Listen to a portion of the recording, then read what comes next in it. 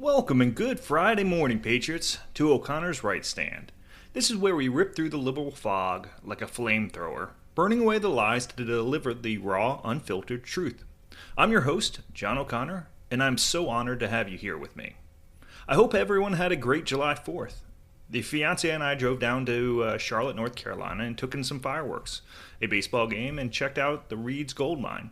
Now, if you've never been to a gold mine, it is quite something.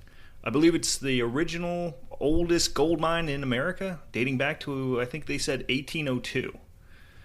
We drove around Charlotte, Kannapolis, Concord, and then even down into South Carolina to check out Fort Mill. What else? Still working some crazy hours at my day job and still planning our wedding. Just locked the venue in and now working on a caterer and a photographer. This is both of our first wedding, and I cannot speak for my fiancée, but this is a one and done for me. I know one thing, I am never going to go through this a second time. If anyone has some interesting July 4th videos or photos they would love to share, send them to me. I'd be happy to share them on X. Just message me at O'Connor's Stand. But enough about me. This is episode 4, and I gotta give you Patriots some massive shout out for sticking with me. Between work, a wedding, and this podcast, my fiancé is keeping me sane, and you Patriots are keeping me fired up. I'm not some slick DC insider. I'm just a regular guy fighting for the truth, just like you. So hit that subscribe button, follow me on X at O'Connor's Stand, and I'll follow you back. Let's keep this movement rolling. So today, we're diving deep into the swampiest of swamp creatures, John Brennan, former CIA director and deep state ringleader.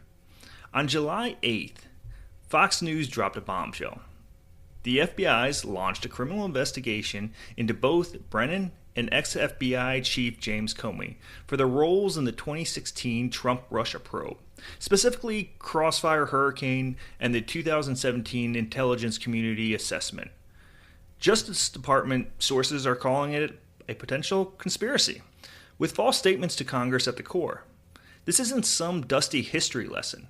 It's a fresh probe, sparked by CIA Director John Radcliffe's referral to the FBI Director Kash Patel. Let's get Trump's take on this. James Comey and John Brennan, now under criminal investigation related to the Trump-Russia probe. Do you want to see these two guys behind bars? Well, I know nothing about it other than what I read today, but I will tell you, I think they're very dishonest people. I think they're crooked as hell. And maybe they have to pay a price for that. I believe they are truly bad people and dishonest people. So whatever happens, happens. Well, I don't really think that Trump was mincing words there. So, we are peeling back the layers on Brennan. Who is this guy? What's he screwed up? Why is the FBI after him? And is he guilty as sin? So, grab your coffee, an energy drink, or if it's later, when you listen to this, maybe a nice oak bourbon, and let's expose Brennan's deep state games. Buckle up, Patriots, this is going to be interesting. So, let's set the stage. The deep state's been a thorn in America's side for years, and Brennan's the poster boy for unelected bureaucrats meddling in our democracy. From his CIA days to his MSNBC rants, this guy's been pulling strings like a puppet master. The FBI's probe is a reckoning, and we are here to break it down with the precision of a Texas sharpshooter. We'll dig into his career, from Cold War spook to Obama's right-hand man, unpack his laundry list of failures, torture cover-ups, Benghazi lies, the Russia hoax, and dive into why the FBI is circling. Is he a patriot protecting America, or a power-hungry operative who tried to rig an election? We're not here to guess. We're here to nail the truth to the wall. Let's get to it.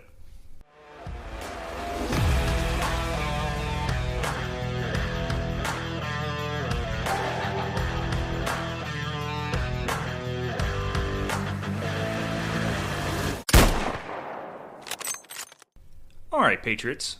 Let's start at the ground floor. Who the heck is John Brennan? If you've been watching the political circus, his name's like a fire alarm for controversy. Born September 22, 1955 in North Bergen, New Jersey, Brennan's a career intelligence operative who's been haunting the halls of power for over 4 decades. Picture a guy who looks like he was born in a 3-piece suit, with a scowl that says, "I know secrets you'll never touch." He's not some Hollywood spy. He's a bureaucrat with a knack for climbing the ladder and dodging accountability. Let's unpack his rise, his connections, and how he became the deep state's golden boy. Brennan grew up in a working-class Irish Catholic family. But don't let that fool you into thinking he's a regular Joe. He was sharp, ambitious, and driven from the start. He graduated from Fordham University in 1977 with a degree in political science, then headed to the University of Texas at Austin for a master's in government, focusing on Middle East studies. In 1980, at 25, he joined the Central Intelligence Agency, CIA, kicking off a career that made him one of the most powerful and controversial figures in U.S. intelligence. This wasn't a kid scraping by. Brennan was all in, diving into the shadowy world of spycraft with a hunger for influence. His early years in the CIA were spent as an analyst, focusing on the Middle East during the Cold War's twilight. He learned Arabic, studied the region's geopolitics, and got a front-row seat to the CIA's covert ops. By the 1990s, he was stationed in Saudi Arabia, serving as a political officer and cozying up to foreign leaders. This wasn't just a desk work. Brennan was building a network, learning how to navigate power in Washington and beyond. A 1996 Washington Post profile described him as a rising star in the CIA, known for his intellect and ambition. But ambition's a double-edged sword, and Brennan's climb wasn't all merit. He was a master of smoozing the right people, from CIA brass to the White House insiders. By 2001, Brennan was Deputy Executive Director of the CIA, a top-tier role overseeing operations during the post-9/11 frenzy. He helped shape the war on terror, from drone strikes to intelligence sharing. In 2004, he became Director of the National Counterterrorism Center, coordinating anti-terror efforts across agencies. Sounds noble, right? But here's where the cracks kind of show. Brennan was neck deep in the CIA's enhanced interrogation program, waterboarding, stress positions, the ugly stuff. The 2014 Senate Intelligence Committee report called it brutal and ineffective, with the CIA, under Brennan's leadership, exaggerating results to justify it. He was no bystander. He was in the room, shaping policy and defending it to Congress. Then came his Obama years. In 2009, Barack Obama tapped Brennan as White House counterterrorism advisor, a role that put him at the heart of national security. He was Obama's go-to guy, briefing him daily on threats and pushing aggressive policies like drone strikes. A 2012 New York Times piece called Brennan, the architect of Obama's drone program, which killed hundreds of terrorists, but also civilians, sparking global outrage, which Brennan shrugged off, calling just collateral damage regrettable, but necessary. Quote, and I quote, "This wasn't just a cold calculation. It was arrogance, and it set the tone for his tenure." In 2013, Obama made him CIA director, a post he held until 2017. Brennan was now running the show, overseeing covert ops, surveillance, and intelligence analysis. He was at the peak of his power, but also his most controversial. Take Benghazi, 2012. As counterterrorism advisor, Brennan helped craft the narrative that the attack, which killed 4 Americans, was spontaneous protest over a damn YouTube video, not a planned terror strike. Emails uncovered by Judicial Watch in 2014 showed he was briefed on the talking points, scrubbed of the terrorism references to protect Obama's re-election. A 2016 House Select Committee report confirmed the administration knew it was terrorism within hours, yet Brennan let the lie spread. That's not a mistake, that's political cover. His CIA tenure wasn't cleaner. In 2014, Brennan apologized to the Senate Intelligence Committee after the CIA was caught hacking Senate computers to monitor staffers investigating the torture program. Let me repeat that. The CIA was caught hacking Senate computers to monitor staffers that were investigating the torture program. He denied it initially, then fessed up when the evidence was undeniable. A 2014 New York Times report called it a breach of trust. This wasn't a one-off. It was Brennan's playbook.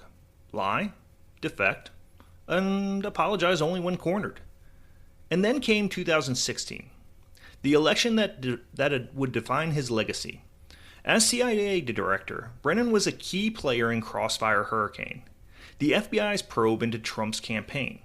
He pushed the Steele dossier, a Clinton-funded hit piece full of unverified gossip and garbage, into the 2017 ICA. Despite warnings it was just junk.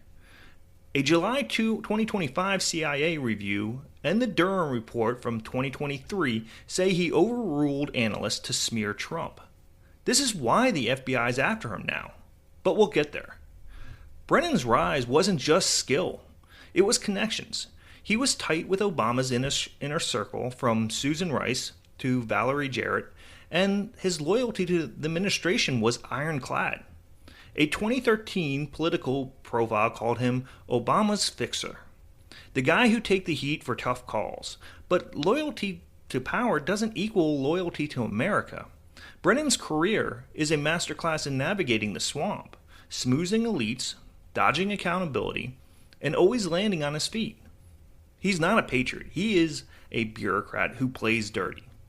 Let's dive into his biggest flops next. To understand Brennan, we need to dig into his roots. Growing up in New Jersey, he was shaped by a Catholic upbringing and a father who worked as a blacksmith, instilling a sense of discipline. But Brennan's worldview leaned left early on. A 2018 NPR interview revealed he voted for the Communist Party candidate back in 1976, a fact he downplayed as youthful idealism. That's not just a quirky anecdote, it's a red flag.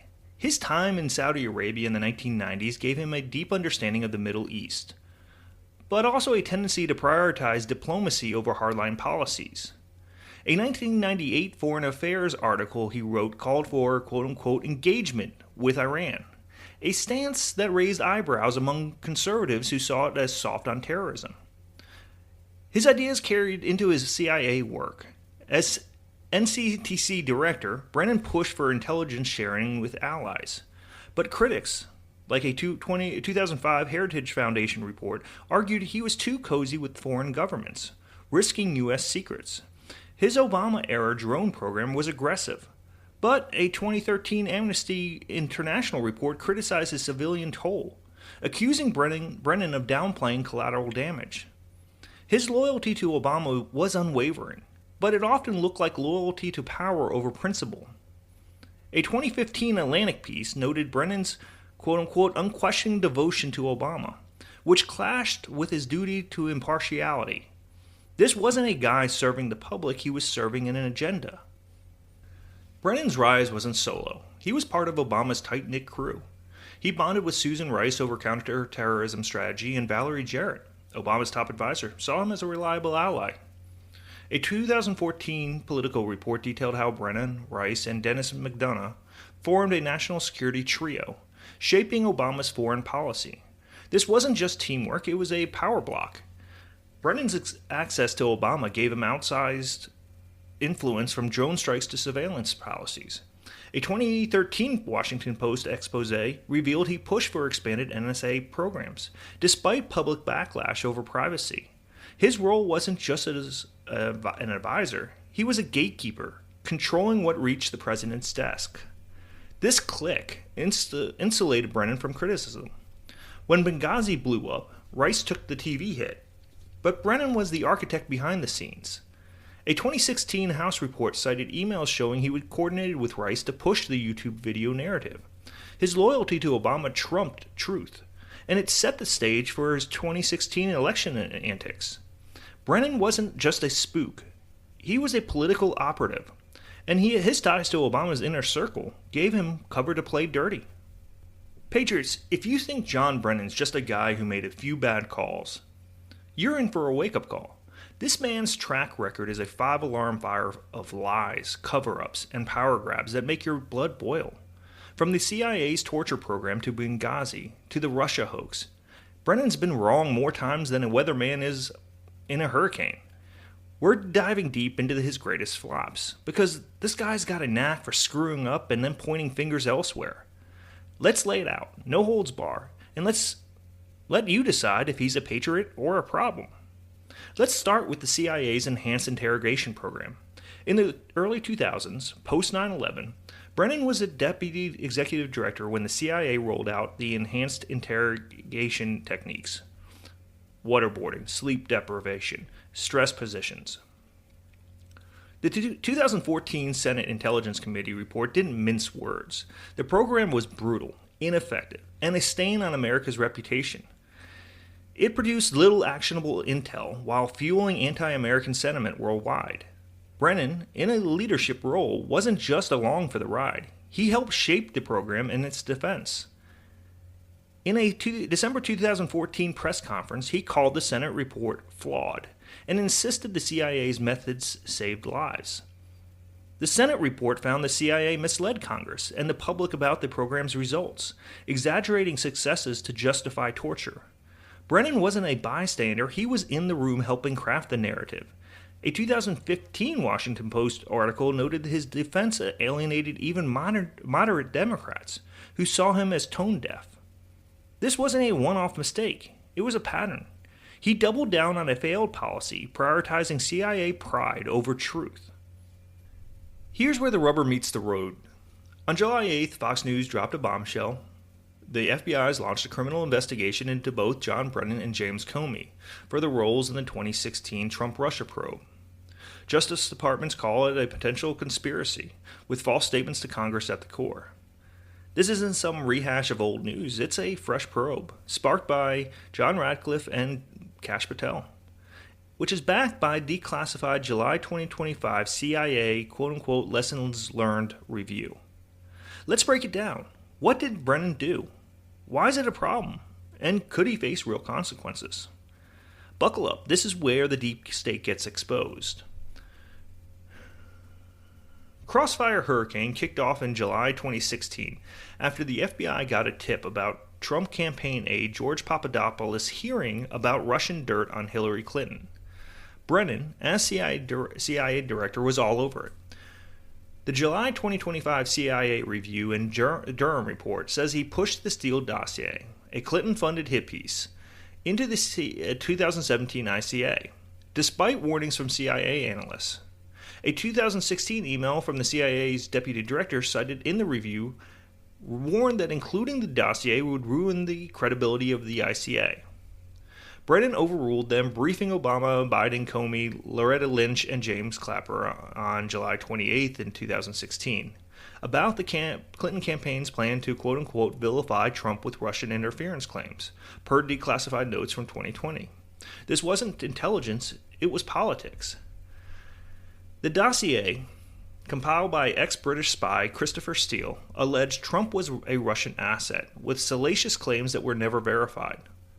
A 2020 Senate Intelligence Committee report called it unverified and uncorroborated.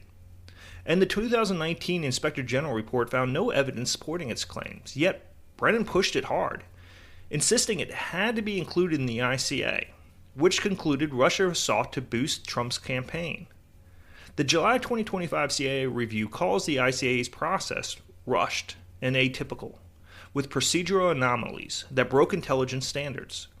Brennan restricted access to key intel, sidelining analysts who questioned the dossier's inclusion. A Fox News report quotes a DOJ source saying Brennan, quote-unquote, showed a preference for a narrative consistency over analytical soundness. That's a fancy way of saying he wanted to stick it to Trump, facts be damned.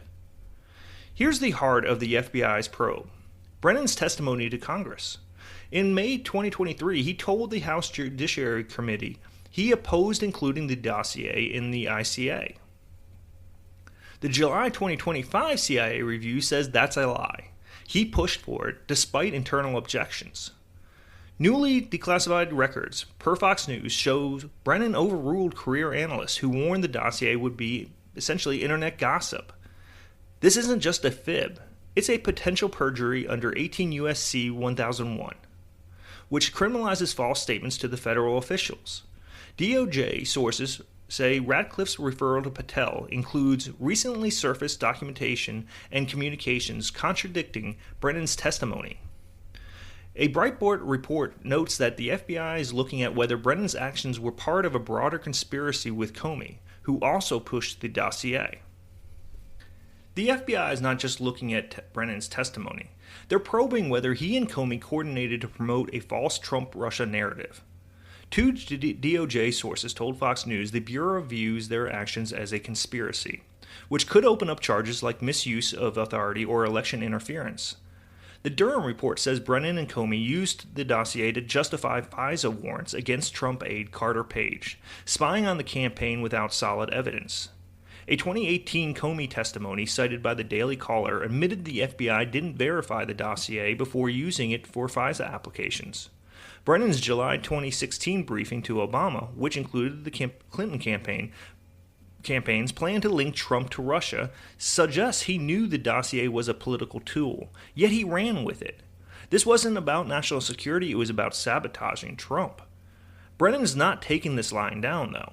On July 8th, he went on MSNBC's Deadline White House with Nicole Wallace, claiming he's clueless about the probe and calling it made up out of whole cloth.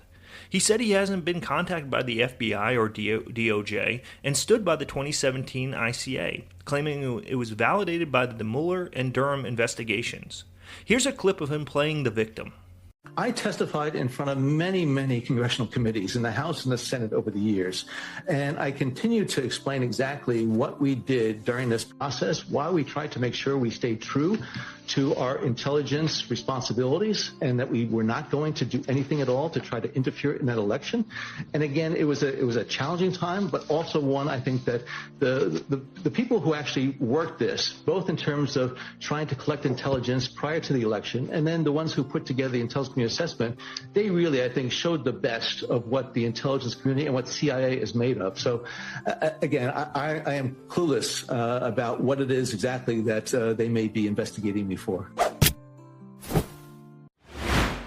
His response is absolutely laughable. Brennan's not clueless, he's sweating. The Mueller report found no evidence of Trump-Russia collusion, and the Durham report slammed the FBI's handling of the dossier, contradicting Brennan's claims. The July 2025 CIA review says he ignored analysts to push a narrative, and his 2023 testimony doesn't match the evidence.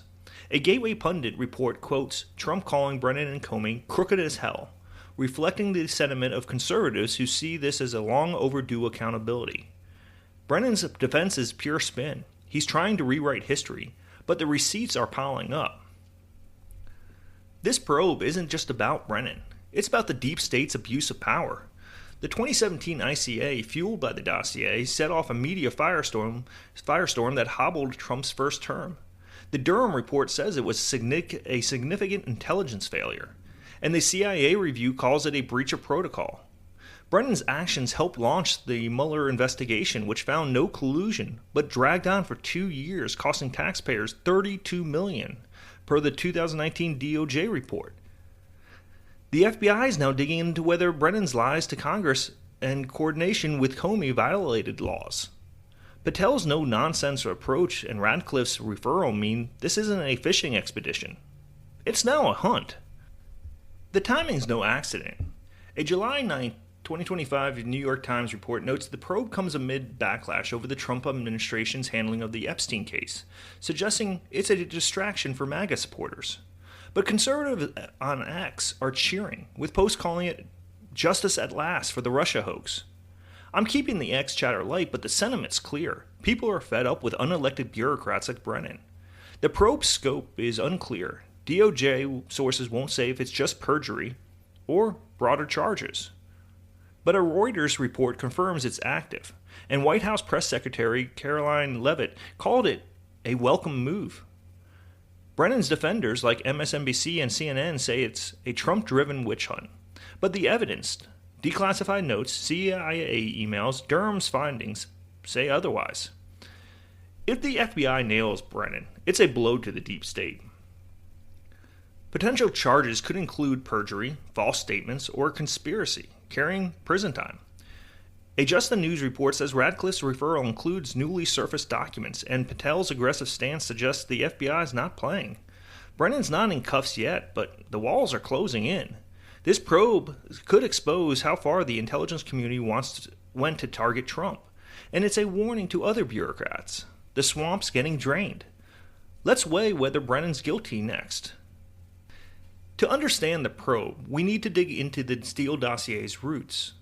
Funded by Hillary Clinton's campaign through Fusion GPS, it was a collection of memos alleging Trump's ties to Russia, compiled by Christopher Steele. A 2019 Washington Post report revealed Steele's sources were unverified, some tied to Russian operatives who could have fed disinformation. Brennan knew this. His 2016 notes mentioned that the Clinton campaign's role, yet he pushed it in the ICA. A 2020 declassified FBI memo showed Steele's primary source, Igor Danchenko, probably butchered that a little bit, admitted much of the dossier was rumor and speculation. Brennan's insistence on using it wasn't ignorance, it was intent. The FBI's conspiracy angle hinges on Brennan's coordination with Comey. A 2018 Comey testimony cited by Fox News admitted the FBI used the dossier for FISA warrants without verifying it. Brennan's briefings to Comey per the Durham report fueled the Crossfire Hurricane probe. A 2020 Senate report says the two shared intel to keep the Trump-Russia narrative alive, despite knowing the dossier was at best shaky. This wasn't a coincidence. It was a plan, and the FBI is now asking if it was criminal. Now, Patriots, the million-dollar question is John Brennan guilty? The FBI's July 8th probe is zeroing in on 2016 election antics, specifically false statements to Congress and possible conspiracy in the Trump-Russia probe. Let's kind of channel Ted Cruz in the courtroom, lay out the prosecution and defense, and get to the truth. Spoiler, Brennan's not walking away clean. The prosecution case is rock solid. The July 2025 CIA review and Durham report nailed Brennan for pushing the Steele dossier into the 2017 ICA, despite knowing it was unverified. His own notes, declassified by Radcliffe in 2020, show he briefed Obama on a Clinton campaign plan to smear Trump. A 2016 CIA email cited in the review warned the dossier would tank the ICA's credibility, but Brennan overruled the analyst. He didn't care, prioritizing politics over facts. In May 2023, he told the House Judiciary Committee he opposed the dossier's inclusion. A lie, per the CIA review. That's right there, potential perjury under 18 U.S.C. 1001. It gets worse. Brennan coordinated with Comey to use the dossier for FISA warrants against Carter Page, spying on the Trump's campaign without solid evidence. The Durham report calls this a significant intelligence failure, and the DOJ sources now labeled as a conspiracy. A 2020 Senate report confirms the dossier was unverified and uncorroborated, yet Brennan hyped it to Obama, Biden, and Congress. This wasn't a mistake. It was a deliberate attempt to sabotage Trump's campaign. His history, lying about CIA hacking in 2014, spinning Benghazi in 2012, show patterns of deception. The FBI's probe could lead to charges like false statements, misuse of authority, or even election interference. Now let's play defense. Brennan's allies, MSNBC, CNN, his 2020 memoir, Undaunted, claim he was just doing his job, protecting America from Russian meddling. The 2017 ICA's core claim that Putin favored Trump wasn't disputed by the CIA review, only its process. Brennan says he opposed including the dossier in the ICA, and it was only appended as a summary per his book. He argues the FBI, not him, drove the dossier's use in Crossfire Hurricane. A 2019 IG report found no criminal wrongdoing in the broader Russia probe, and Durham's 2020 interview with Brennan labeled him a quote-unquote witness, not a target. His defenders say this is a Trump-driven witch hunt, with Radcliffe and Patel settling old scores.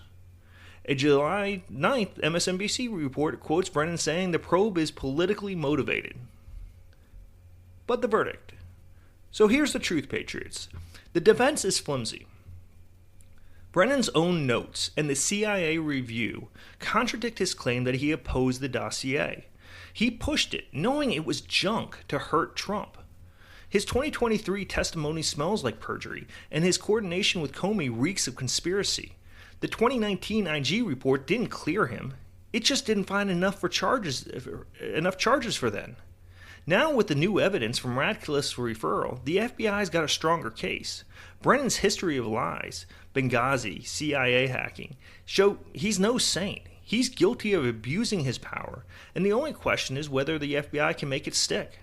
A Daily Signal report says Patel's not playing, and conservatives on X are calling it justice for the Russia hoax. Brennan's in deep. The probe's rippling across D.C., and says NBC report says it's fueling distrust in the intelligence community, with Democrats calling it a retribution campaign by Trump. But conservatives see it as accountability. A Newsmax report quotes a DOJ source saying the probe could reshape how intelligence is handled, forcing stricter oversight. Brennan's allies are circling the wagons, but the evidence declassified notes, CIA emails, is hard to spin. This isn't just about Brennan. It's about whether the deep state can be reined in.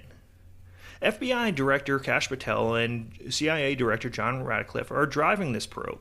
Patel, a Trump loyalist, has called out government gangsters like Brennan per a July 9, 2025 MSNBC report. Radcliffe's declassification of CIA records, including Brennan's notes, set the stage. A Fox News report says their partnership is a direct challenge to the old guard, and conservatives are eating it up. This isn't just a probe, it's a power shift. Well, that's a wrap for episode 4 of O'Connor's Right Stand, Patriots. We've torn off the mask of John Brennan, career spook, deep state ringleader, and now FBI target. From his torture program cover-ups to Benghazi lies to pushing the Steele dossier to smear Trump, Brennan's a walking scandal. The FBI's July 8th probe into his false statements and possible conspiracy in the Trump-Russia hoax is long overdue. This guy's not a patriot. He's a power-hungry bureaucrat who tried to rig an election. We covered his rise from Jersey Kid to CIA kingpin, his flops, torture, Benghazi, Russia, and the FBI's case against him. The evidence is damning. Declassified notes, CIA emails, and a pattern of lies. Whether it's perjury or conspiracy, Brennan's in hot water and Patel's not playing. This probe's bigger than one man. It's a reckoning for the deep state. We're not just exposing Brennan, we're exposing a system that lets unelected elites run wild. Let me know what you think. Is Brennan guilty? Is he going to serve any time? I'd love to hear from you. And share this episode on X. Tag us at O'Connor Stan, and let's keep the heat on. Well, thanks for tuning in, folks. I'm a programmer, not a pundit, grinding through these 90-hour work weeks and wedding plans, but you Patriots keep me going. I've loved some of the comments I've gotten. Subscribe, leave a 5-star review, and follow me on X. I'll follow back. We're back next week with more truth bombs, so stay locked and loaded. Until then, keep fighting, keep the faith, and never let the left rewrite the narrative. This is John O'Connor, holding the line unapologetically, signing off.